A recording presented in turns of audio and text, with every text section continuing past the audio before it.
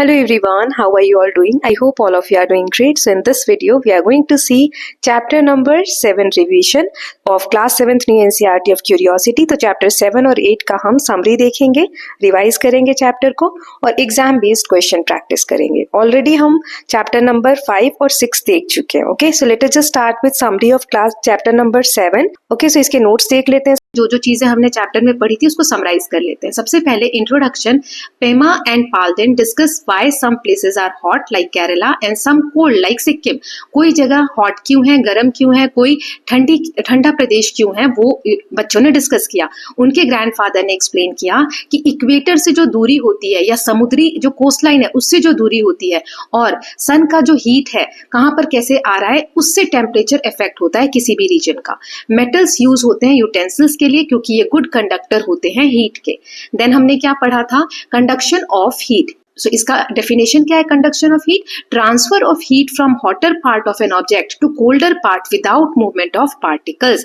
Conduction, देखो heat transfer हम पढ़ रहे हैं है ना. सो हीट ट्रांसफर में 3 तरीके के ट्रांसफर्स हमने पढ़े थे. सो पहला हमने क्या देखा था, कंडक्शन. ये यहाँ पर दिया हुआ है. कंडक्शन जब हॉटर पार्ट किसी भी सामान का जो हॉट वाला एरिया है उस एरिया से कोल्डर पार्ट में जब हीट ट्रांसफर होता है तो कंडक्शन के थ्रू होता है. इसमें पार्टिकल्स मूव नहीं होते हैं.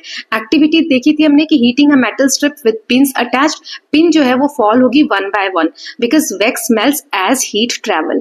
Good conductors like copper, steel, aluminium जो मेटल होते हैं उन्हें हम गुड कंडक्टर कहते हैं. पुअर कंडक्टर ऑफ हीट को हम इंसुलेटर्स कहते हैं जैसे वुड, ग्लास, क्ले और एयर. एप्लीकेशन क्या है, मेटल यूटेंसिल्स खाना बनाने के लिए जो हम यूज करते हैं और पोर्सिलिन कप्स जो होते हैं टी कॉफी के लिए, जैसे चीनी मिट्टी के जो बर्तन होते हैं उनमें हम इसका हीट ट्रांसफर का कंडक्शन के थ्रू यूज देख सकते हैं. ओके, नाउ नेक्स्ट हमने देखा था role of air and insulation. So woollen clothes जो हम पहनते हैं, गर्म कपड़े, इससे हमारी बॉडी गर्म क्यों रहती है ठंड के समय में? क्योंकि जो एयर है वो इसके अंदर पोर्स में ट्रैप हो जाती है. Since air is poor conductor, इस वजह से हमारी बॉडी से जो हीट लॉस है वो कम हो जाता है. ठीक है. 2 thin blankets are warmer than 1 thick blanket because air trapped between them acts as insulation. आप देखते होंगे कंबल हम ओढ़ते हैं उसके ऊपर मम्मी एक खोल लगा देती है, कवर लगा देती है, या फिर 2 ब्लैंकेट को आप एक साथ ओढ़ रहे हैं तो आपको ठंड कम लगती है. ये इसलिए होता है क्योंकि दोनों लेयर्स के बीच में एयर जो है ट्रैप हो जाती है, उससे हीट लॉस प्रिवेंट होता है. Then in very cold places, जो बहुत ठंडी जगह जैसे हिमालयाज हो गए, यहाँ पर घर जो बनाए जाते हैं लकड़ी से बनाए जाते हैं और मड जो मिट्टी की दीवारें बनाई जाती ताकि हीट लॉस कम हो. हॉलो ब्रिक्स का एग्जाम्पल मैंने दिखाया था, गर्म और ठंडी जगहों पर बनाई जाती हैं ताकि समर में कूल फील हो और ठंड में गर्मी का एहसास हो क्योंकि एयर इन हॉल्स में, इन हॉलोज ब्रिक्स में ट्रैप हो जाती है. देन नेक्स्ट हमने देखा कन्वेक्शन. पहला हो गया कंडक्शन, फिर हमने कन्वेक्शन देखा. डेफिनेशन इसकी होगी heat transfer by actual movement of liquid और गैस पार्टिकल्स. लिक्विड पार्टिकल्स और गैस पार्टिकल्स जब खुद मूव होते हैं और हीट ट्रांसफर करते हैं तो उसे हम कन्वेक्शन कहते हैं. एक्टिविटी हमने कप से देखी थी. Hot air rises when heated bye a candle making cup rise. Example है स्मोक, धुआं जो होता है. Hot air balloons incense stick smoke and heated water. धुआं हो गया या जो गर्म एयर होती है बलून्स के अंदर वो बलून भी ऊपर की तरफ जाते हैं, स्मोक भी ऊपर की तरफ जाते हैं. और जो अगरबत्ती का हमने देखा था कि उसको भी जब हम जलाते हैं तो धुआं ऊपर जाता है, या पानी जब गर्म करते हैं तो उसमें से भी भाप जो है ऊपर की तरफ जाता है. कन्वेक्शन जो लिक्विड में हमने देखा था, हॉट वाटर जो है वो राइज होता है, कूल वाटर जो है वो नीचे की तरफ आता है, इससे कन्वेक्शन करंट बनते हैं. हमने देखा था पानी जब बॉईल होता है तो नीचे से ऐसे पार्टिकल्स मूव होते हैं और इस तरीके का हमने सर्कल देखा था है ना. ऐसे जैसे गर्म पानी ऊपर गया फिर ऐसे नीचे, इधर से भी ऐसे है ना, और ये एक तरीके का साइकिल कंटिन्यू होता है. लैंड एंड सी ब्रीज हमने देखे थे. सो डे टाइम में लैंड हीट फास्टर, इधर अगर लैंड है और इधर सी है, ठीक है. सो दिन के समय में क्योंकि धूप ज्यादा होगी टेम्परेचर लैंड एरिया का ज्यादा होता है तो हवा यहाँ की गर्म है, गर्म हवा ऊपर की तरफ उठती है. अब ऊपर ठंडा होकर और ये हवा फिर नीचे की तरफ आती है. यहाँ सी का, क्योंकि यहाँ पर क्या है, ठंडा है temperature as compare to land, फिर यहाँ से हवा इस तरफ बहती है इसलिए सी मूव्स, इसे सी ब्रीज कहते हैं. Cool air from sea moves, इसीलिए सी ब्रीज कहते हैं. नाइट के समय में ये अपोजिट हो जाता है. Land cool faster, warm air above rises, cool air from land moves in, इसीलिए लैंड ब्रीज कहते हैं. जो हवा जिधर से चल तो उसे हम वही नाम देते हैं. आप ये वाला ना कॉन्सेप्ट चैप्टर का जो मैंने एक्सप्लेनेशन दिया है सेकंड पार्ट में प्लीज जाकर देखिए, बहुत अच्छे से समझाया है। नाउ नेक्स्ट देखते हैं रेडिएशन क्या होता है। सो रेडिएशन में कोई भी हमें मीडियम नहीं चाहिए, जैसे सन की हीट हम तक आ रही है, बीच में कोई मीडियम नहीं है। So transfer of heat without any medium directly in forms of rays, जब किरणों के माध्यम से कोई चीज ट्रांसफर हो रही है तो उसे हम रेडिएशन कहते हैं। एग्जाम्पल सन्स हीट रीचिंग अर्थ, फीलिंग वार्मथ नियर फायर, आग के पास हम खड़े होते हैं तो हमारे बीच में कोई मीडियम थोड़ी है, फिर भी हमें गर्मी का एहसास होता है। Utensil cooling bye radiating heat. Now clothing, light colour जो है रिफ्लेक्ट करते हैं हीट को, इसीलिए समर के समय हम वो पहनते हैं, हमें कंफर्टेबल फील होता है। डार्क कलर्स जो है वो हीट को एब्जॉर्ब करते हैं, इसीलिए ठंड के समय में वो हमें गर्म रखते हैं। देन नेक्स्ट हमने देखा था कंबाइंड हीट ट्रांसफर, सारी चीजें कंडक्शन, कन्वेक्शन और रेडिएशन कभी कभी साथ में होती हैं। जैसे heating water in a pan, conduction क्या हुआ, heat pass from flame to utensils, आग से होता हुआ बर्तन है वहां तक हीट पास हुई, फिर उसमें पानी गर्म हो रहा है और पानी के जो पार्टिकल्स है वो मूव होते होते सबको, सारे पूरे पानी को गर्म कर रहे हैं, और रेडिएशन उसकी जो वार्मथ है अगर आप पास में खड़े रहोगे तो आपको भी फील होगी। ठीक है। Now next is water cycle. Water cycle हमने देखा था हीट फ्रॉम द सन, सन से जो गर्मी आती है वो पानी जो है ओशन में, लेक्स, रिवर्स में, उसे इवेपोरेशन के थ्रू भाप बना देते हैं। ठीक है। और प्लांट से भी ट्रांसपिरेशन होता है। वाटर वेपर ऊपर जाकर कंडेंस होते हैं, ठंडे होते हैं और क्लाउड्स फॉर्म करते हैं। क्लाउड से फिर बारिश होती है, किसी भी फॉर्म में हो सकती है, रेन, स्नो, हेल, जिसे हम प्रेसिपिटेशन कहते हैं। फिर ये जो बारिश के फॉर्म में पानी नीचे आया है ग्राउंड में अंडर चला जाता है, जिसे इनफिल्ट्रेशन कहते हैं, और ग्राउंड वाटर के फॉर्म में एक्वाफर्स में एक जमा हो जाता है। वाटर साइकिल रीडिस्ट्रीब्यूट होता है, रिप्लेनिश वाटर कंजर्विंग अर्थ टोटल सप्लाई। इससे पानी जो है ऊपर जा रहा है फिर नीचे आ रहा है, तो एक साइकिल कंटिन्यू होता है जिससे अर्थ का जो टोटल वाटर सप्लाई है वो मेंटेन रहे। सीपेज ऑफ वाटर, हमने देखा बारिश का जो पानी आ रहा है धरती के अंदर सीपता है ना, तो उसे हम कहते हैं, उसका सीपेज होता है, सूखती है धरती, उसे इनफिल्ट्रेशन कहते हैं। हमने एक्सपेरिमेंट देखा था क्ले, सैंड और ग्रेवल कि it shows seepage is fastest in gravel and slowest in clay. Water जो अंडरग्राउंड एक्वाफर्स में स्टोर होता है उसे हम अंडरग्राउंड वाटर कहते हैं। Underground is extracted through wells, borewells and pump, कुओं के थ्रू जो बोरवेल होते हैं या पंप्स होते हैं उनसे हम इन पानी को एक्सट्रैक्ट करते हैं। अगर ग्राउंड वाटर का ओवर यूज करते हैं तो वो डिप्लीट हो जाता है, खत्म हो जाता है, इसीलिए रेन वाटर को हार्वेस्ट करना जरूरी है। देन नेक्स्ट हमने देखा था आइस टूपास कि किस तरीके से साइंस और सोसाइटी वाले फैक्ट में देखा था कि लद्दाख में पानी को स्टोर कर लिया जाता है ठंड में bye spraying into air, air में उसके स्प्रे कर दिया जाता है और वो फ्रीज होके कोन शेप का इस तरीके का बन जाता है ना, और फिर उसको बाद में समर में जब वो मेल्ट होता है तो पानी प्रोवाइड करता है फार्मिंग वगैरह के लिए। Okay. Now next is nutshell में पूरे चैप्टर की अगर समरी देखें तो हीट ट्रांसफर कंडक्शन से सॉलिड में होता है, कन्वेक्शन से लिक्विड और गैसेस में होता है, रेडिएशन के लिए कोई मीडियम नहीं चाहिए। गुड कंडक्टर्स मेटल्स हैं, पुअर कंडक्टर्स एयर, वाटर और ग्लास और क्ले हैं। प्रिंसिपल हीट ट्रांसफर का यूज होता है क्लॉथिंग में, हाउसेज में, डेली लाइफ में। वाटर साइकिल जो है अर्थ का जो बैलेंस है वाटर का वो अर्थ पे मेंटेन करता है। एक्वाफर्स में जो पानी स्टोर होता है उसे ग्राउंड वाटर कहते हैं, इसे हमें कंजर्व करना चाहिए। So with this students we are done with summary और नोट्स ऑफ चैप्टर नंबर 7। चलिए अब इसके क्वेश्चंस प्रैक्टिस कर लेते हैं। तो ऑब्जेक्टिव क्वेश्चन के साथ स्टार्ट करते हैं। पहला है हीट ट्रांसफर सॉलिड किससे होता है, कन्वेक्शन, रेडिएशन, कंडक्शन या इवेपोरेशन। तो इसका आंसर क्या होगा, कंडक्शन से होता है। फिर पुअर कंडक्टर इनमें से कौन सा है, कॉपर, स्टील, वुड या एल्यूमिनियम। पुअर कंडक्टर बताना है, वुड है।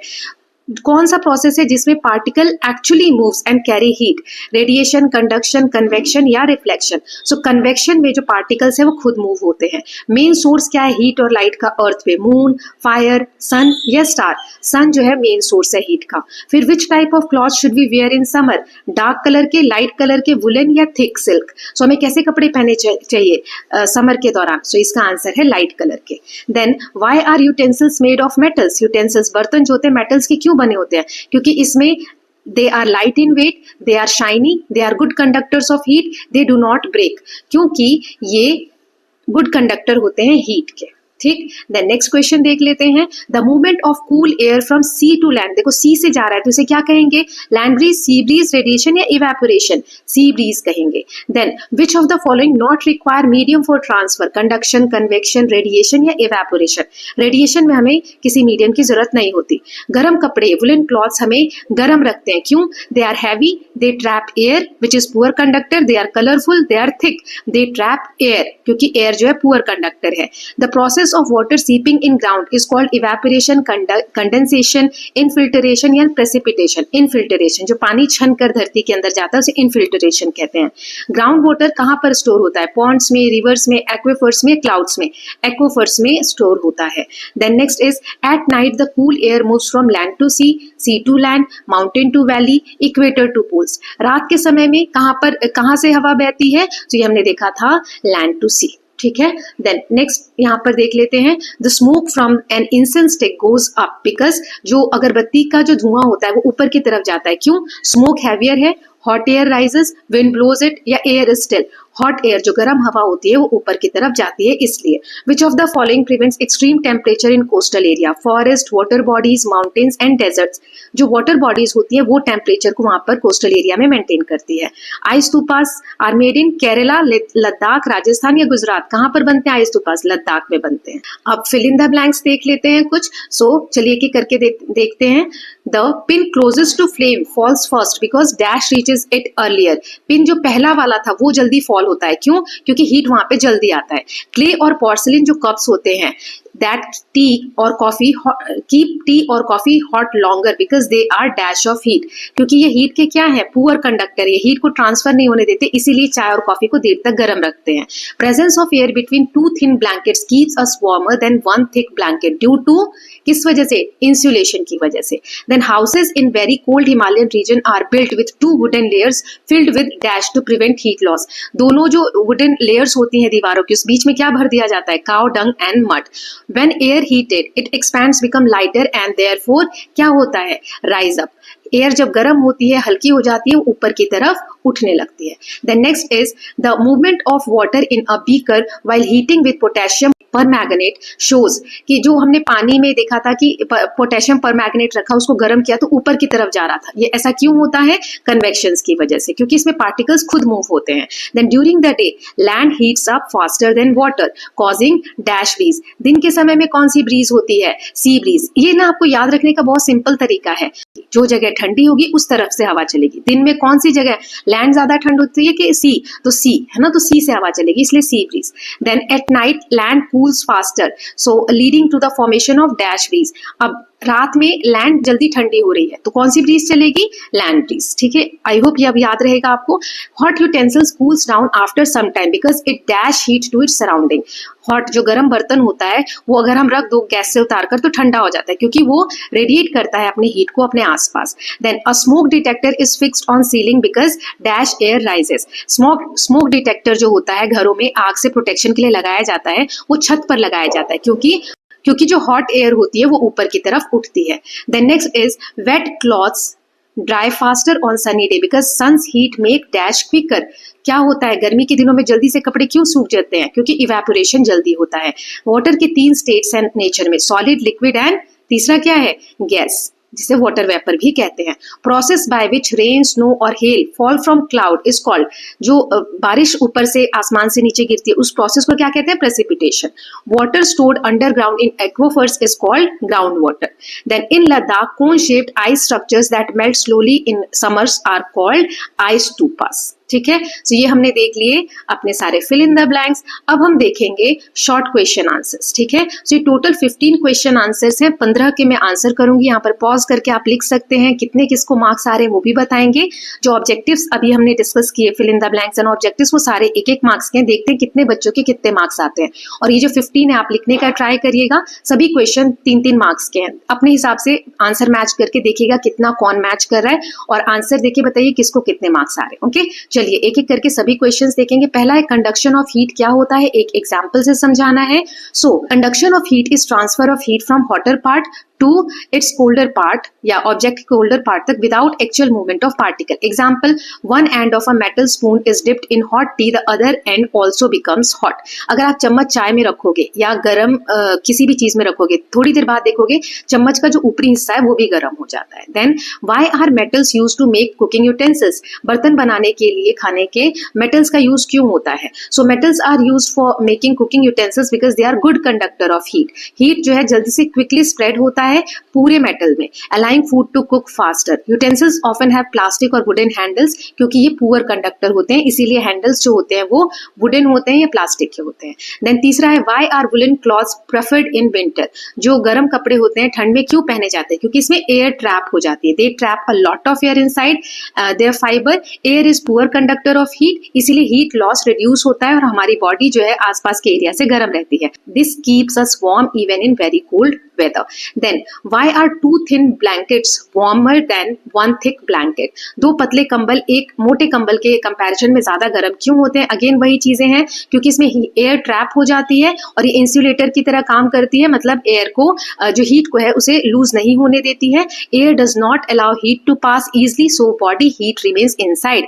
ये प्रिवेंट करते हैं cold from entering and gives more warmth than a single thick blanket. Okay, now next is how do people in Himalayas keep their houses warm in winter? So चलिए देखते हैं हिमालय में लोग क्या करते हैं, वो अपने हाउसेस को वार्म कैसे रखते हैं। वो जो दीवारें होती हैं उसको दो लकड़ी के पैनल से बनाते हैं और इसके बीच में गाय का गोबर और कीचड़ वगैरह फिल कर देते हैं। सो ये जो दोनों मटेरियल है, चाहे वो काव डंग हो या मड हो, ये पुअर कंडक्टर है हीट के, इससे हीट जल्दी पास नहीं होती। ये प्रिवेंट करते हैं हीट को कि वो बाहर ना निकले घर से ड्यूरिंग कोल्ड विंटर और अंदर ना आए during warm summers. Then next is why does smoke from an incense stick rise upward. जो अगरबत्ती का धुआं होता है वो ऊपर की तरफ ही क्यों जाता है? तो इसका आंसर देख लेते हैं। So smoke from an incense stick rises upward because hot air is lighter than cold air. जो गर्म हवा वो हल्की होती है। When the incense sticks burn the air around it becomes hot, expand and moves upward. आसपास की हवा गर्म होने की वजह से वो ऊपर की तरफ जाने लगती है। This rising air carries smoke particles along with it, making the smoke flow upward. Okay? ये सब समझा चुकी हूँ मैं चैप्टर में, यहाँ समझाने से टाइम वेस्ट होगा। How does convection occur in liquid like water? Water में कन्वेक्शन कैसे होता है? तो इसका आंसर देख लेते हैं।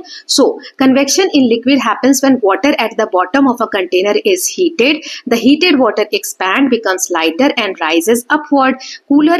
Cooler and heavier water at top sinks down. This cycle continues forming convection currents that transfer heat through liquid. पानी गर्म होकर ऐसे ऊपर जाता है, फिर नीचे आता है, क्योंकि ऊपर ठंडा रहता है पानी उससे मिक्स होके, फिर ये ऐसे ऊपर जाता है। इस तरीके से साइकिल कंटिन्यू होता है जब तक कि पूरा पानी जो है वो बर्तन का गर्म ना हो जाए। ठीक है। Now next is what are land breeze and sea breeze. So ये अभी मैंने समझाया, फिल इन द ब्लैंक्स में भी देख लेते हैं। So sea breeze and land breeze are caused by different heating rate of land and water. दिन के समय भूमि जो है जल्दी गर्म होती है एज कम्पेयर टू सी, इसीलिए हवा गर्म होकर राइज होती है और कूलर एयर सी से है वो फ्लो होती है, इसीलिए सी ब्रीज कहते हैं। और नाइट में अपोजिट होता है, land cools faster and cooler air moves from land to sea, जिसे लैंड ब्रीज कहते हैं। ठीक है। Then why is it more comfortable to wear light coloured cloth in summer. गर्मी में हमें लाइट कलर के कपड़े क्यों पहनने चाहिए? सो आंसर देखते हैं। लाइट कलर के जो कपड़े होते हैं ये मोर कंफर्टेबल होते हैं समर में, क्योंकि रिफ्लेक्ट कर देते हैं बहुत सारी हीट जो उसमें आती है, इसीलिए हमारी बॉडी को कूल फील होता है गर्म समय में। On the other hand dark colour जो कपड़े हैं वो ज्यादा हीट एब्जॉर्ब करते हैं और हमें गर्म फील कराते हैं समर सीजन में, इसीलिए हमें लाइट कलर के कपड़े पहनने चाहिए। Why does a hot utensils cool down after some time. बर्तन जो गर्म होता है अगर हम गैस से नीचे उतार के रख दे तो वो थोड़ी देर में ठंडा हो जाता है। ऐसा क्यों होता है? Hot utensils cool down after some time because it loses heat to its surroundings. उसका जो हीट है वो आसपास के सराउंडिंग में लूज होता है। The utensil transfer heat to nearby area by या थ्रू रेडिएशन के थ्रू। यहाँ पे थोड़ा सा मिसप्रिंट है, यहाँ लिख देती हूँ मैं रेडिएशन। ठीक है। इसी वजह से यूटेंसिल्स जो है ग्रेजुअली कूल डाउन हो जाता है। Then next question is how do large water bodies affect the climate of nearby area. जो बड़ी वाटर बॉडीज होती हैं जैसे सी हो गया, ओशन हो गया, ये आसपास के एरिया के क्लाइमेट को कैसे इंपैक्ट करती है? सो चलिए इसका आंसर देख लेते हैं। Large water bodies, let me change the colour. Large water bodies जो है ये एक्सट्रीम टेम्परेचर से प्रिवेंट करते हैं एरिया को। पानी गर्म होता है फिर कूल डाउन होता है स्लोली कंपेयर टू लैंड, इसीलिए सी ब्रीज और लैंड ब्रीज जो होते हैं वो मॉडरेट करते हैं क्लाइमेट को डे और नाइट टेम्परेचर्स के accordingly, making them more comfortable to live in. Then water cycle क्या होता होता है? So here we can see water cycle is continuous movement of water on earth. Water ocean, river और lake से evaporate होता है due to sun heat, फिर condense होता है, बादल बनते हैं, फिर से रेन के फॉर्म में, प्रेसिपिटेशन के फॉर्म में नीचे आता है, and this process redistribute water and maintains earth supply. फिर इनफिल्ट्रेशन क्या होता है? सो पानी जब छन के धरती के अंदर जाता है, infiltration is the process by which rain water seeps through soil and rocks into ground. Rate of infiltration depend करता है कि सॉइल का टाइप कैसा है. फॉर एग्जाम्पल ग्रेवल यानी कंकड़ पत्थर जो होते हैं उसमें पानी जल्दी सीपता है as compare to sand and clay because of particle size and gaps. Then what are aquifers? Aquifers क्या होते हैं? जहां पे ग्राउंड वाटर में पानी स्टोर होता है. They are underground layer of rocks and sediments that store water in the empty spaces और pores. They act as natural storage tanks of ground water. People extract water from aquifers using wells, borewells and hand pumps for drinking, farming and other daily needs. Then what is ice stupa and why is it important in Ladakh? Ice stupa क्या होते हैं और ये लद्दाख में क्यों important होते हैं? So an ice stupa is a cone shaped ice structure built in Ladakh during winter by spraying water into freezing air. पानी को स्प्रे करके हवा में और एक इस तरीके का स्ट्रक्चर क्रिएट किया जाता है जिसे जब गर्मी का समय आता है तो ये पिघलता है और इसको फार्मिंग और डेली यूज की एक्टिविटी के लिए इस पानी को हम वहां के लोग यूज करते हैं. नाउ लॉन्ग आंसर क्वेश्चंस देख लेते हैं. सो यहाँ पर 5 क्वेश्चंस मैंने लिए हैं. ये थोड़े बड़े होंगे इनके आंसर्स. डिपेंड करता है कौन सा आंसर कितने मार्क्स का आ रहा है, उस हिसाब से आप आंसर्स लिखेंगे. तो क्वेश्चन है explain with an activity how conduction of heat takes place in solid. Activity से हमें बताना है कि कंडक्शन में हीट जो है वो सॉलिड में कैसे ट्रांसफर होती है. तो चलिए इसका आंसर देखते हैं. सो conduction is the transfer of heat in solid without the actual movement of particle. Activity देखते हैं. एक मेटल स्ट्रिप उसमें फिक्स कर देंगे पिंस को वैक्स की हेल्प से. एक एंड पे हम कैंडल बर्न करेंगे. जो नियरेस्ट पिन होगी वो पहले गिरेगी, उसके बाद फिर अदर एंड पे जो कोल्ड एरिया वहां तक हीट पहुंचेगी और बाकी के पार्टिकल्स गिरेंगे, है ना. Particles transfer heat to neighbouring particles without shifting position. Metals are good conductors so this process is quick. Example a metal spoon in hot tea becomes hot by conduction. तो ये हमने देखा था. नाउ नेक्स्ट क्वेश्चन देख लेते हैं. तो second है यहाँ पर describe steps by steps how convection helps in heating water in beaker. पानी जो गर्म होता है वो स्टेप बाय स्टेप बताना है बीकर में किस प्रोसेस से होता है. तो एक तो हम जानते हैं कन्वेक्शन से होता है, लेकिन क्या प्रोसेस है पूरा आपको एक्टिविटी जैसे लिख के बताना है. So convection occurs in liquid and gases through movements of particle. Heat a beaker of water with a candle flame at the bottom. Water at the bottom become hot, expands and rise upward. ऐसे questions में आप images भी बना सकते हो. जैसे ऐसे heat बना दी, स्टोव बना दिया, देन यहाँ पर आप बीकर बना सकते हैं. पानी इसमें गर्म होते हुए पानी यहाँ पे बना सकते हैं. अब नीचे यहाँ पे गर्म होते हुए दिखा सकते हैं. ये इमेज 1 करके लिख देंगे. फिर 2 बना देंगे कि इसमें जो पार्टिकल्स है ऊपर राइज हो रहे हैं, ऐसे एरो दिखा देंगे. फिर ये इधर की तरफ डाउनवर्ड आ रहे हैं. ऐसे 3-4 इमेजेस में बता सकते हैं. Cooler water from top move downward to take its place. This cycle of rising hot water and sinking cool water continues. Movement from convection currents inside the beaker. Gradually the entire volume of water become heated. Thus heat spread in liquid through actual movement of particle. Okay, now third question देख लेते हैं. So how do land and sea breeze occur. Land breeze और sea bridge कैसे होते हैं हमें day और night के कॉन्सेप्ट्स में ये बताना है. ठीक है, explain with help of day and night condition. So चलिए इसका आंसर देख लेते हैं. सो लैंड एंड वाटर ये हीट होते हैं और कूल होते हैं डिफरेंट रेट से. जैसे दिन के टाइम सी ब्रीज होती है. Land heat faster than water. Air above land rises and after becoming warm, cool air from the sea moves to land creating sea breeze. Night में land faster cool होती है. Air from above the sea is warmer and rise. Cool air from the land moves the sea creating a breeze. This cycle moderates temperature in coastal areas. Okay. Now fourth question is describe the different stages of water cycle and its importance. Water cycle के कौन-कौन से stages हैं, उनकी importance क्या है वो बताने हैं. तो चलिए देख लेते हैं. तो सबसे पहले evaporation. इससे सन की जो हीट है वो पानी को वेपर में बदलती है. फिर ट्रांसपीरेशन, प्लांट्स भी वाटर वेपर रिलीज करते हैं हवा में. फिर कंडेंसेशन, ये जो वाटर वेपर है चाहे वो इस प्रोसेस से हो चाहे इस प्रोसेस से, ये ठंडा होता है ऊपर जाकर और बादल बनते हैं. फिर प्रेसिपिटेशन, ये बादल जो है रेन लाते हैं किसी भी फॉर्म में, चाहे स्नो हो, हेल हो, रेन हो, राइट, इसे प्रेसिपिटेशन बोलते हैं. देन इनफिल्ट्रेशन, ये जो पानी आता है रेन वाटर ये अंडरग्राउंड सीप होता है, धरती के अंदर जाता है, ये ग्राउंड वाटर क्रिएट करता है. तो इंपॉर्टेंस क्या है वाटर साइकिल का, इंपॉर्टेंस क्या है, ये पानी को रिप्लेनिश करता है रिवर्स में, लेक्स में और एक्वेफर्स में. और अर्थ पे जो टोटल वाटर सप्लाई है, जो डिस्ट्रीब्यूशन है, उसे कंजर्व करता है और एक बैलेंस बनाकर रखता है. Now last question is why is underground water getting depleted? धरती के अंदर का पानी खत्म क्यों हो रहा है? कुछ ऐसे मेथड बताइए जिससे हम पानी को कंजर्व कर सके और ग्राउंड वाटर को रिचार्ज कर सके। तो इसका आंसर देख लेते हैं। सो ग्राउंड वाटर डिप्लीट क्यों हो रहा है, खत्म क्यों हो रहा है? एक तो ओवर एक्सट्रैक्शन हो रहा है खेती के लिए और ड्रिंकिंग पर्पस के लिए, पॉपुलेशन बढ़ रही है तो पानी की डिमांड भी बढ़ रही है, इनफिल्ट्रेशन कम हो रहा है क्योंकि शहरीकरण हो गया, रोड जो है वो कंक्रीट के हो गए तो पानी कैसे है धरती सोखे अंदर, फॉरेस्ट हम कट कर रहे हैं, नेचुरल रिचार्ज कम हो रहा है। फिर कंजर्वेशन के मेथड्स पूछे थे तो रेन वाटर को हार्वेस्ट करने से हम रेन वाटर स्टोर कर सकते हैं, रिचार्ज पिट बनवा सकते हैं जो एक्वीफर्स को रिफिल करने के लिए, more trees we can plant to improve infiltration, using water carefully and avoiding wastage, और conserving ground water ensures a sustainable supply for future. आगे आने वाली जनरेशन के लिए भी भरपूर मात्रा में पानी हो अगर हम कंजर्व करते हैं ग्राउंड वाटर को, तो ये इससे इंश्योर होता है। Okay, so finally we are done with questions of chapter number 7. Now let us just start with notes of chapter number 8 of class 7th NCERT. So सबसे पहले हमने पढ़ा था measurement of time. Time को नापते कैसे हैं? So long ago humans observed natural repetitive events such as sunshine, sunset, moon phases and seasonal changes to keep track of time. पुराने समय में जो मनुष्य है वो कैसे टाइम को ऑब्जर्व करता था? वो एक कोई भी मूवमेंट जो रिपीटेशन में हो रहा है, जैसे रोज सुबह सूरज निकलता है, शाम को सूरज डूबता है, तो वो सारा इवेंट जैसे सुबह हो गई, शाम हो गई, तो ये एक टाइम का मेजरमेंट हो गया।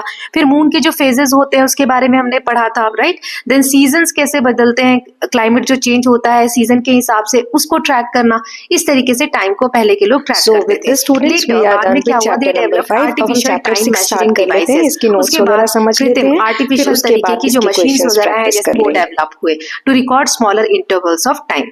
Now ancient methods of measuring time, पुराने कौन कौन से तरीके थे जिससे हम जानते हैं कि टाइम को नापा जाता था? जैसे सनडायल का इन्वेंशन हुआ, measure time using the changing shadows of the sun, जैसे हमने देखा था कि जहां पर सूरज की छाया पड़ती है, रोशनी आती है और कुछ एक इंस्ट्रूमेंट है उसकी छाया जहां पड़ती है उस वक्त उतना ही टाइम हो रहा होता है, तो उसमें सन की जो शेडो है उसको उसके थ्रू टाइम को मेजर किया जाता है। देन वाटर क्लॉक के बारे में हमने पढ़ा था, it measure time from steady flow of water out of और इनटू अ कंटेनर, जैसे एक बोल लिया था हमने कटोरी, उसमें छेद है तो उसमें पानी कब तक भरता है या फिर कब खाली होता है उस हिसाब से। देन आर ग्लास के बारे में हमने पढ़ा था, measure time by flow of sand between two chambers, जो इस तरीके का एक इंस्ट्रूमेंट होता है इस तरीके का, इसमें से सैंड यहाँ से गिरती रहती है तो कितनी देर में गिर रही है, तो ये एक तरीका होता है।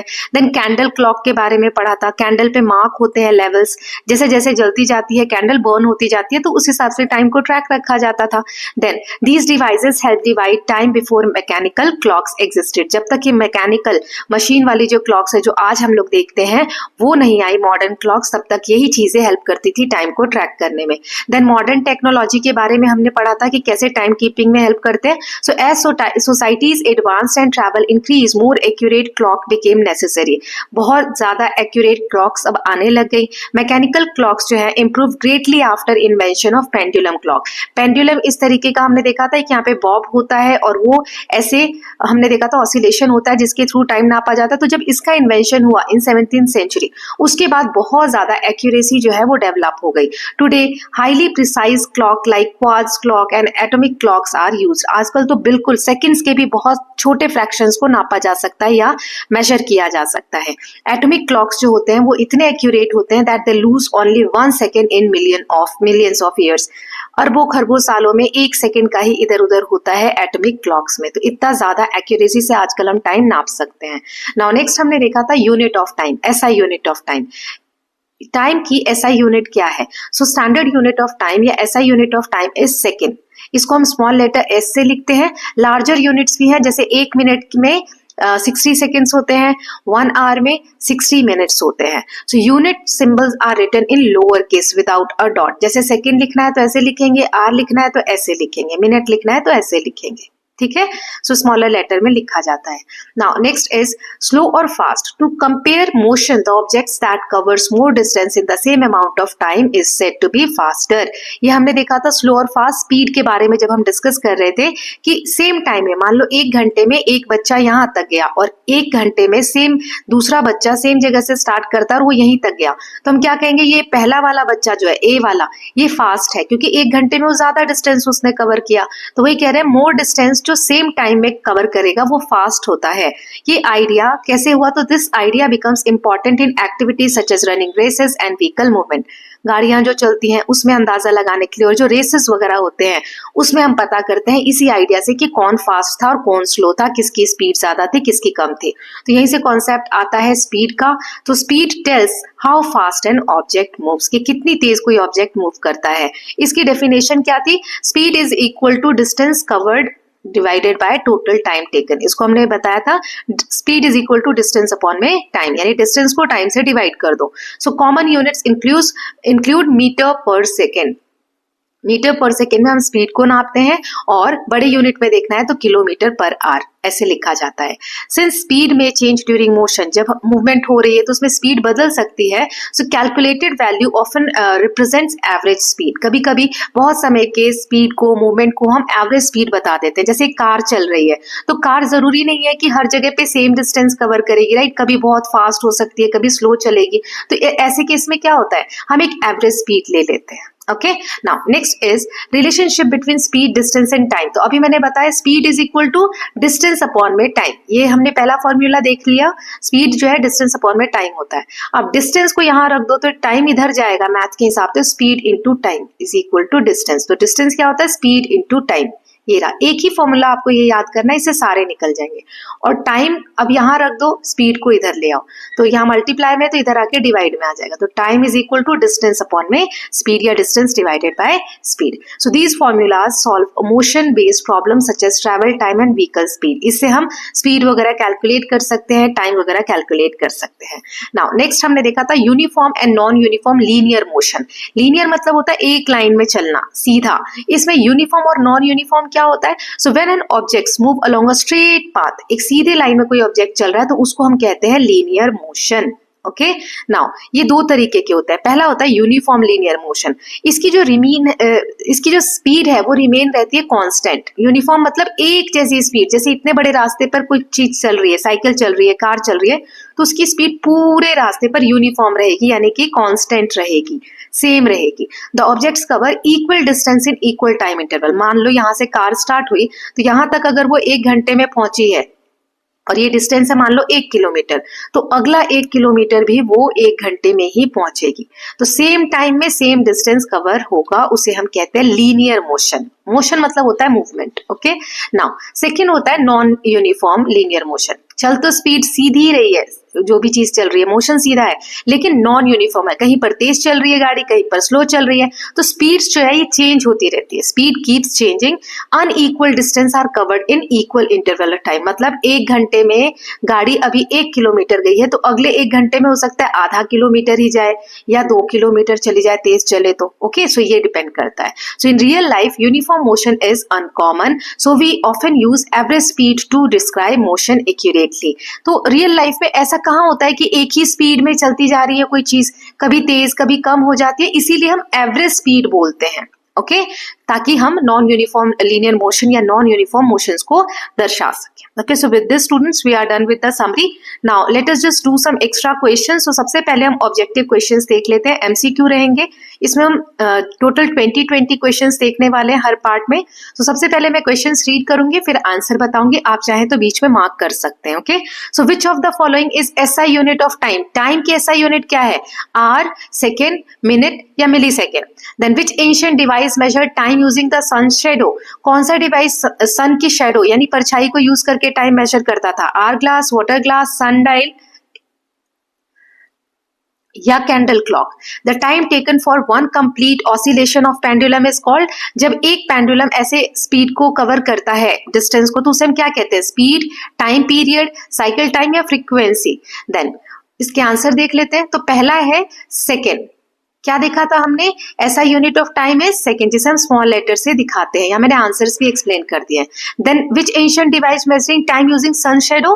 तो इसमें हमने देखा था सन डायल, ये शेडो जो फॉर्म होती है सनलाइट से, उससे टाइम मेजर करने में हेल्प मिलती है, तो सी इसका आंसर है। Then time taken for one complete oscillation of pendulum is called time period, इसे हम टाइम पीरियड कहते हैं, बी इसका आंसर है। Then next question is fourth, the speed of an object is calculated, formula कौन सा है स्पीड का, time divided by distance, distance into time, distance into divided by time, या speed into time. Then what which factor affects the time period of a pendulum, जो time period है pendulum का वो किससे इफेक्ट होता है, mass of the Bob, कि जो वो सर्कल है ये कितना भारी है या हल्का है, या लेंथ ऑफ स्ट्रिंग, ये जो स्ट्रिंग है ये कितनी लंबी है या छोटी है, या shape of the bob, bob किस शेप का है, या colour of the string. A device used in vehicle to measure speed is called odometer, stopwatch, speedometer या थर्मोमीटर। स्पीड नापने का जो डिवाइस होता है उसे क्या कहा जाता है। तो चलिए इनके आंसर्स देख लेते हैं, आई होप आप लोगों ने मार्क कर लिया होगा। तो इसमें फोर्थ का आंसर है, स्पीड का फॉर्मूला होता है distance divided by time. Speed is defined as how much distance an object travel per unit time. Okay, so distance divided by time is equal to speed. Now fifth वाला है कि किस चीज से जो टाइम पीरियड है pendulum का ये वो इफेक्ट होता है, तो लेंथ ऑफ द स्ट्रिंग की जो लेंथ है वो छोटी है या बड़ी है उससे, तो 20 का करेक्ट आंसर है। Then device used in vehicle to measure speed is called speedometer, उसे हम स्पीडोमीटर कहते हैं, जिससे ये नापा जाता है कि कोई भी जो व्हीकल है वो कितना फास्ट या स्लो मूव कर रहा है। Okay, now seventh question is an object moving equal distance in equal time interval, एक समय में मतलब सेम टाइम में सेम डिस्टेंस कवर कर रहे हैं, तो उसको हम कौन सा मोशन कहते हैं, uniform, non uniform, linear, circular या uniform.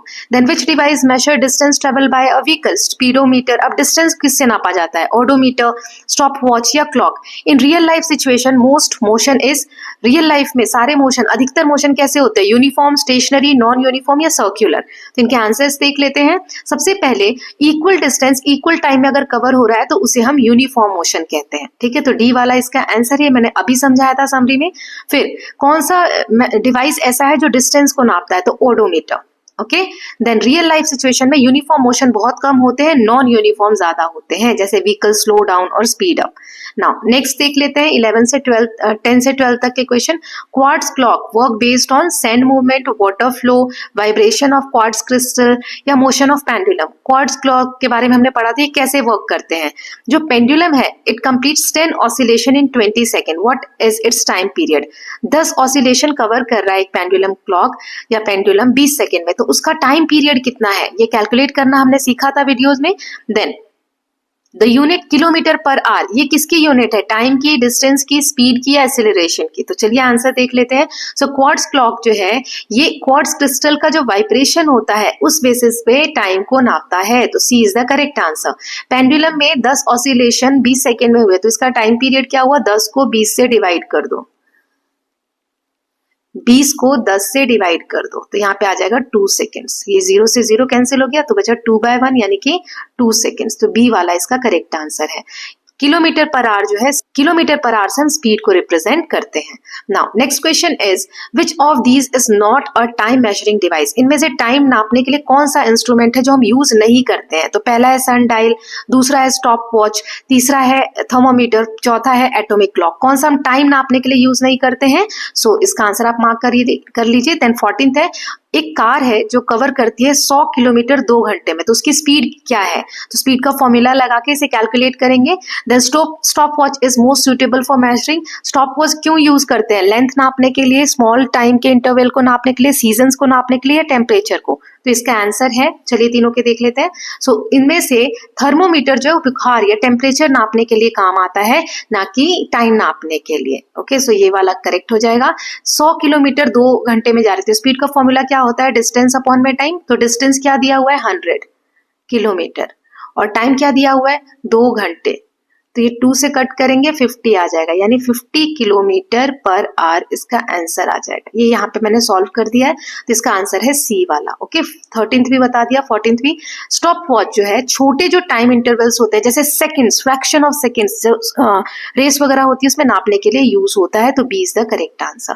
Now 16th to 18th question देखते हैं। Oscillatory motion refers to, oscillatory motion क्या होता है, जो सर्कल में होता है या बैक एंड फोर्थ, मतलब एक जगह से दूसरी जगह जा रहा है इस तरीके से, जैसे हमने पेंडुलम का देखा था, स्ट्रेट मोशन को कहा जाता है या motion with constant direction. Then constant direction मतलब एक फिक्स डायरेक्शन है। Then which clock is most accurate today, आज के समय में सबसे एक्यूरेट क्लॉक कौन सी है, पेंडुलम, क्वार्ट्ज, वाटर या एटॉमिक क्लॉक। देन 18th है, if time increases and distance remain constant, मान लो टाइम बढ़ गया है और डिस्टेंस सेम है तो स्पीड क्या कहलाएगी, इंक्रीज हुई है, डिक्रीज हुई है, सेम है या बिकम जीरो। देखो डिस्टेंस सेम है और टाइम हमने ज्यादा ले लिया डिस्टेंस को कवर करने में, तो स्पीड कम हुई होगी या ज्यादा हुई होगी। तो चलिए इनके आंसर देख लेते हैं। सो ऑसिलरी मोशन जो होता है बैक एंड फोर्थ मोशन होता है, आगे और पीछे इस तरीके से मूव करता है, तो उसे हम कहते हैं जब repeatedly in a back and fourth pattern में, जैसे पेंडुलम। ओके, देन आज के समय में एटॉमिक क्लॉक सबसे ज्यादा एक्यूरेट टाइम बताती है मॉडर्न क्लॉक्स में। ओके, ये मिलियंस ईयर्स में हो सकता है, एक आध सेकंड इधर उधर हो। टाइम इंक्रीज हो रहा है, डिस्टेंस सेम है, इसका मतलब स्पीड का क्या हुआ है, स्पीड डिक्रीज हुई है, कम हुई है। ओके, डाउन हुई है।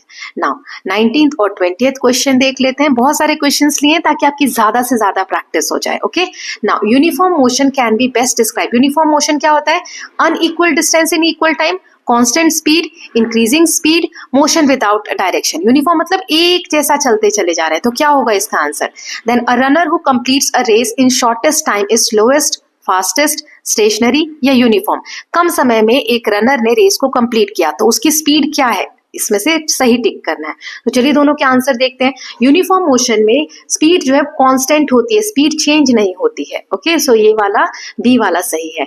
देन रनर जो जल्दी रेस को कवर करेगा शॉर्टेस्ट टाइम में, तो वो क्या है, फास्टेस्ट है ना। So the one who finish the race in least time has the greatest speed, so they are fastest.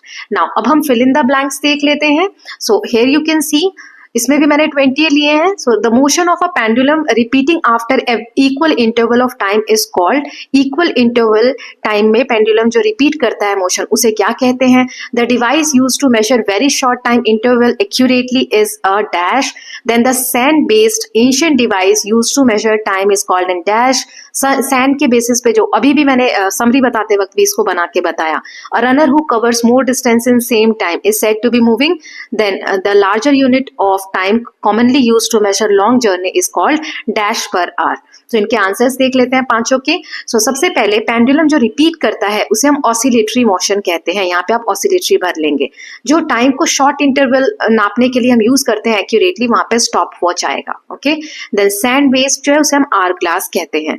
Runner जो जल्दी ज्यादा डिस्टेंस सेम टाइम में कवर करेगा उसे हम फास्टर कहेंगे, मूविंग फास्टर, वो फास्ट मूव कर रहा है।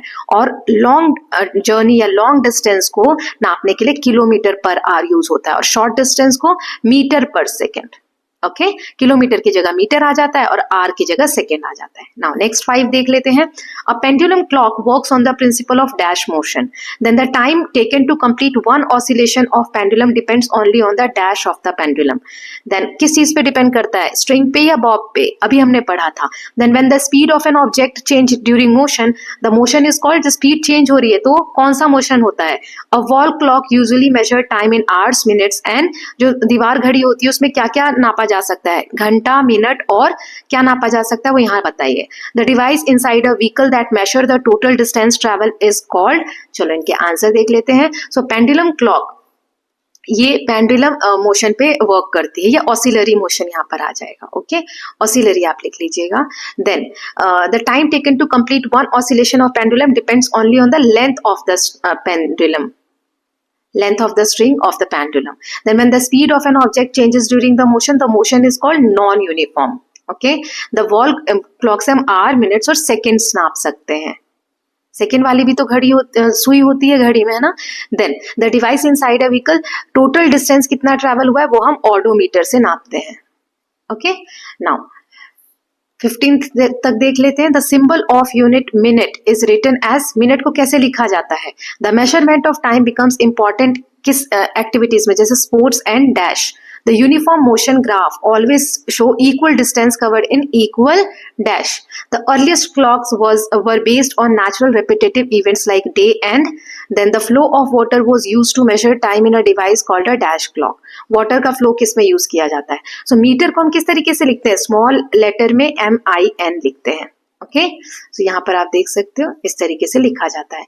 Measurement of time become important in activities like sports और medicine. Then the uniform motion graph, इसमें टाइम इक्वल डिस्टेंस कवर होता है इक्वल टाइम इंटरवल में। अर्लीस्ट क्लॉक जो है वो डे और नाइट के रिपीटेटिव मूवमेंट से या इवेंट से नापा जाता था। फ्लो ऑफ वाटर जो है वो वाटर क्लॉक में यूज होता था टाइम को मेजर करने के लिए। Now 16 to 20th, to calculate speed when distance and time are known, we divide distance by, so speed calculate करने के लिए डिस्टेंस को हम किससे डिवाइड करते हैं? अगर एक ऑब्जेक्ट 100 मीटर ट्रैवल कर रहा है 10 सेकेंड में तो उसकी स्पीड कितनी है? Then in modern clock, the vibrating object used in digital watches is called a dash crystal. ये अभी आया भी था पिछले पार्ट में भी. Then the traveling at a constant speed means covering equal distance in equal. Then atomic clocks are extremely accurate because they work using vibration of dash. इनके answers देख लेते हैं. So distance speed निकालना है तो distance divided by time. अगर 100 metre अब speed दी हुई है, डिस्टेंस स्पीड निकालना है हमें, तो यहाँ पे आएगा 100 डिवाइडेड बाय 10. 100 क्या है? डिस्टेंस, और 10 क्या है? Second, time. 10 से 10 कैंसिल, यानी 10 सेकेंड इसका आंसर आएगा, 10 मीटर पर सेकेंड. ना मॉडर्न क्लॉक में क्वार्ट्ज क्रिस्टल होता है, वो उसका वाइब्रेशन होता है जिसके थ्रू टाइम को नापा जाता है. Travelling at a constant speed, अगर एक जैसी स्पीड है तो हम कहेंगे इक्वल डिस्टेंस कवर हो रहा है इक्वल टाइम इंटरवल में. एटम जो होते हैं वो atomic clocks are extremely accurate because they work using vibration of atoms. Atoms के वाइब्रेशन से ये क्लॉक जो है वो टाइम को मेजर करते हैं. Okay, so with this we are done with fill in the blanks. Now अब हम देखेंगे short answer questions. Okay, so 30-40 word में इनके आंसर्स होंगे. तो यहाँ पर मैं पहले क्वेश्चंस दे रही हूँ, आप पॉज करके लिखने का ट्राई करेंगे, उसके बाद आंसर्स देखेंगे. Okay, so let us just see. 10 ये रहे क्वेश्चंस और 10 ये रहे. ठीक है, तो चलो सबके आंसर्स देख लेते हैं.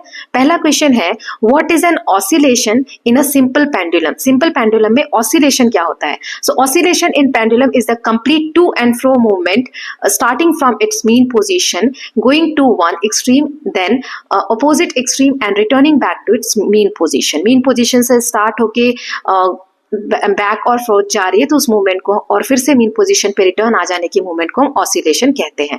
Why were ancient devices like sun dials not fully reliable. Sun dial वगैरह पूरी तरीके से विश्वसनीय क्यों नहीं थे? उस पर टाइम कभी कभी एग्जैक्ट क्यों नहीं शो होता था? So sun dials were not always reliable because they depend on sunlight.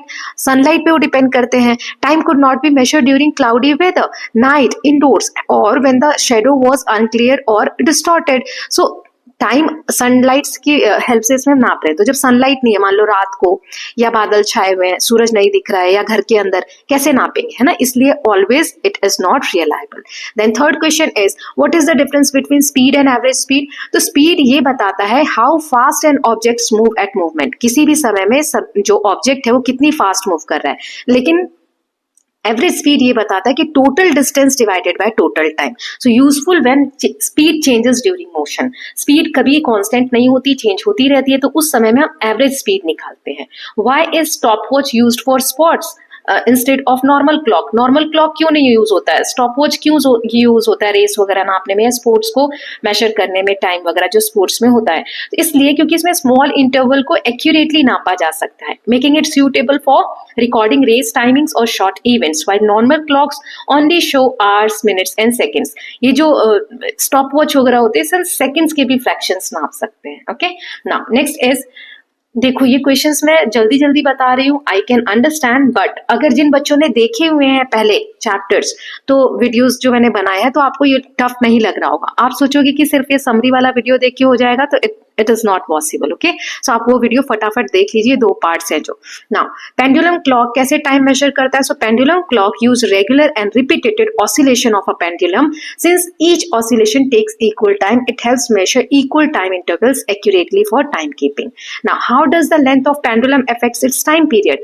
Pendulum के लेंथ जो होती है वो कैसे अफेक्ट करती है टाइम पीरियड को. सो time period increases when the pendulum length increases. अगर स्ट्रिंग ये जो है लंबी होगी तो टाइम पीरियड बढ़ेगा, और अगर छोटी होगी तो a long pendulum swings has to move slowly and a shorter one swings faster, affecting its oscillation. अब ये लंबा अगर स्ट्रिंग है तो वो धीरे धीरे मूव करेगा इधर से इधर, और छोटी स्ट्रिंग है तो जल्दी जल्दी मूव करेगा, राइट? सो इसीलिए टाइम जो इंटरवल है वो चेंज होता है, टाइम पीरियड इसमें. Now 7th question is, why are atomic clock considered the most accurate. Atomic clocks जो होते हैं उनको क्यों एक्यूरेट माना जाता है, उससे क्यों एक्यूरेट टाइम मेजर किया जाता है? सो They measure time using vibration of atoms, which are extremely constant and stable, allowing them to lose only 1 second in millions of years. बहुत ही एक्यूरेट होता है क्योंकि इसमें एटम्स की वाइब्रेशन, जो कण होते हैं, अणु होते हैं, उनके वाइब्रेशन से टाइम को नापा जाता है, जो बहुत कांस्टेंट और स्टेबल होते हैं. यूनिफॉर्म मोशन क्या है, एक एग्जांपल देना है. When an object travels equal distance in equal time interval, तो हम उसे यूनिफॉर्म मोशन कहते हैं. Example, train moving on a straight track at constant speed without slowing और speeding. Now next is what is non uniform motion. इसका भी example देना है. So non uniform motion occurs when an object covers unequal distance in equal interval of time. Then example है car moving in city traffic, slowing, stopping and speeding repeatedly. Then why do modern clocks use quartz crystal? आज की जो clocks हैं उसमें quartz के crystal क्यों use होते हैं? Because it vibrate at very steady frequency, making quartz clock more accurate and reliable than mechanical clocks. Their regular vibration helps maintain consistent and precise time measurement. Now, next question is 11th. Why is time measurement important in sports? जो games वगैरह होते हैं उसमें time measurement इतना ज़्यादा important क्यों है? जैसे रेस होता है तो एक सेकंड से आगे पीछे हो सकते हैं ना, इसीलिए टाइम मेजरमेंट जरूरी होता है. So time measurement is important in sports because even small time difference can decide winner. Then specially in running, swimming और racing events where performance is measured in seconds और मिली सेकंड्स. सेकंड्स के भी millionth part में नापा जाता है. Then what is time period of pendulum. Pendulum का time period हम किसे कहते हैं? Time period of pendulum is the time required to complete one full oscillation. जैसे मीन टाइम से शुरू किया, इधर गया फिर से मीन टाइम पे आया, तो उसे हम कहते हैं full oscillation.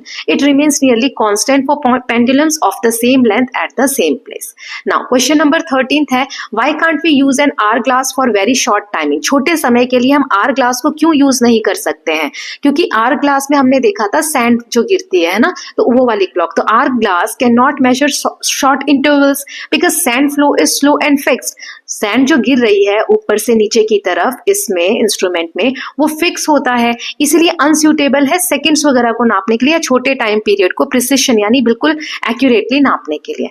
Why do vehicles have both speedometer and odometer. जो व्हीकल्स होते हैं, गाड़ियां होती है, उसमें स्पीडोमीटर भी होता है और ओडोमीटर भी होता है, दोनों होते हैं. क्यों? सो स्पीडोमीटर ये करंट स्पीड, गाड़ी कितनी तेज चला रहे हैं वो बताने के लिए होता है, और ओडोमीटर ये बताता है कि गाड़ी अभी तक कितना चल चुकी है, कितना डिस्टेंस उसने ट्रैवल कर लिया है. ये हेल्प करता है फ्यूल यूजेस एस्टिमेट करने में, टाइम ट्रैवल देखने में, ट्रैवल टाइम देखने में, और मेंटेनेंस की जरूरत है, गाड़ी को रिपेयर वगैरह कराना है, सर्विसिंग करानी है, वो पता करने में. Now next is why is measuring speed useful in daily life. Speed को नापना क्यों जरूरी है आजकल की लाइफ में? Measuring speed helps determine how fast something is moving. इससे हमें पता चलता है कि कौन सी चीज जो है कितनी फास्ट चल रही है. प्लान ट्रैवल टाइम, ट्रैवल में कितना टाइम लगेगा वो प्लान करने में, परफॉर्मेंस कंपेयर करने में, सेफ्टी लिमिट्स को मेंटेन करने में, and understand motion in sports vehicle and machines. इसीलिए स्पीड को नापना बहुत सारे फील्ड में इंपॉर्टेंट हो जाता है. Why is second used as SI unit of time. Second को एसआई यूनिट क्यों माना गया?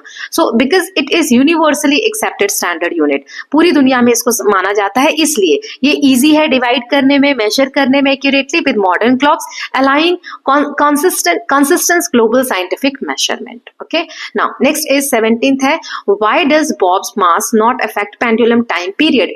जो बॉब की स्ट्रिंग होती है ये तो टाइम को इफेक्ट करती है, लंबी होगी तो टाइम ज्यादा लगता है एक जगह से दूसरी जगह जाने में, छोटी होगी तो कम, लेकिन ये जो बॉब है ये इफेक्ट नहीं करता टाइम पीरियड को. सो time period depend on your length and gravity. The mass does not affect the swimming speed because heavier and lighter bobs experience the same gravitational acceleration. सिर्फ लेंथ इफेक्ट करती है string की, जो Bob का मास है वो effect नहीं करता है.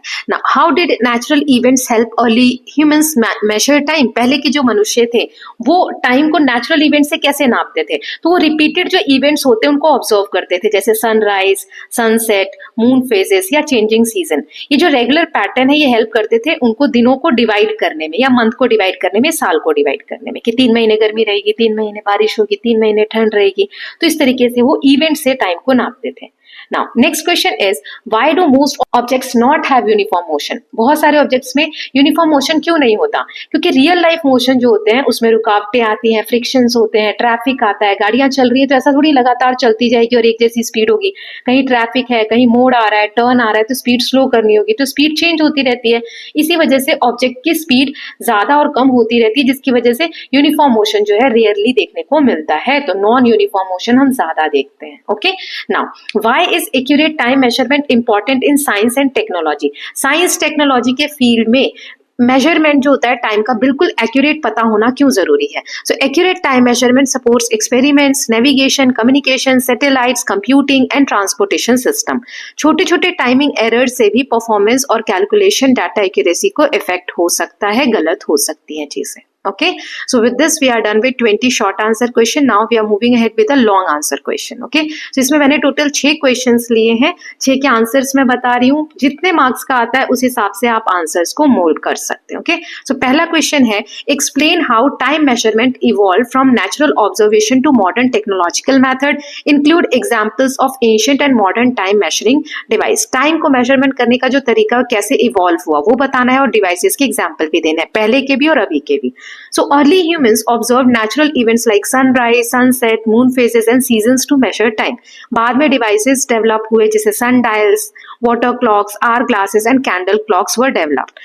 With scientific progress, scientific field में developments हुए, mechanical और pendulum clocks were invented. Today, highly accurate quartz clocks जो है and atomic clocks जो है वो globally use होते हैं, पूरी दुनिया में use होते हैं precise तरीके से टाइम को नापने के लिए। Okay, now next देख लेते हैं।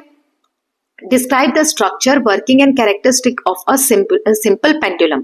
पेंडुलम का हमें स्ट्रक्चर बताना है, वर्किंग कैसे करते हैं, उसकी कैरेक्टरिस्टिक्स क्या है वो बताने हैं और एक्सप्लेन करना है how an oscillation occurs and how the time period is determined. Oscillation कैसे होता है और टाइम पीरियड कैसे डिसाइड होता है। So a simple pendulum has a string, इसमें एक स्ट्रिंग होता है, एक बॉब होता है, attach to a fix support, एक फिक्स सपोर्ट से अटैच होता है।